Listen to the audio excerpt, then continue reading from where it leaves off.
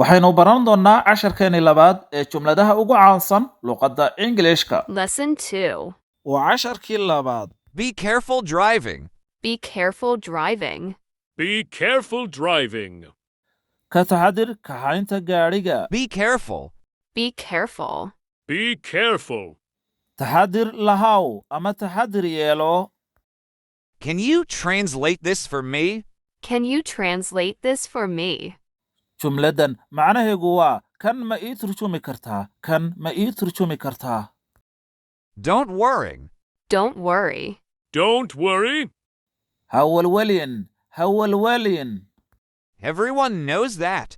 Everyone knows that. Everyone knows that.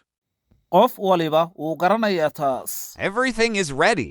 Everything is ready. Everything is ready.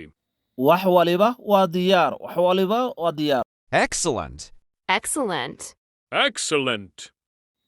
Jumladan macnaheegu waa aad u fiican ama heer sare.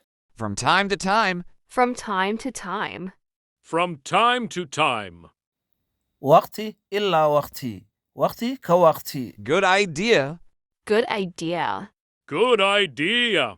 Fikrad wanaagsan. Fikrad wanaagsan. He's coming soon. He's coming soon. He's coming soon.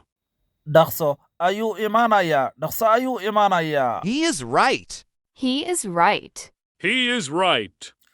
Wuu saxan yahay. Wuu saxan yahay. Wuu saxan yahay. He is very annoying. He is very annoying. He is very annoying. Aad buu u cadhaysan yahay. Casharkan haddii aad ka heshay oo aad doonaysid inaan soo badino, fadlan kommentiga waxaad nooga soo qortaa soo badi. Aad iyo aad baad u mahadsantihiin.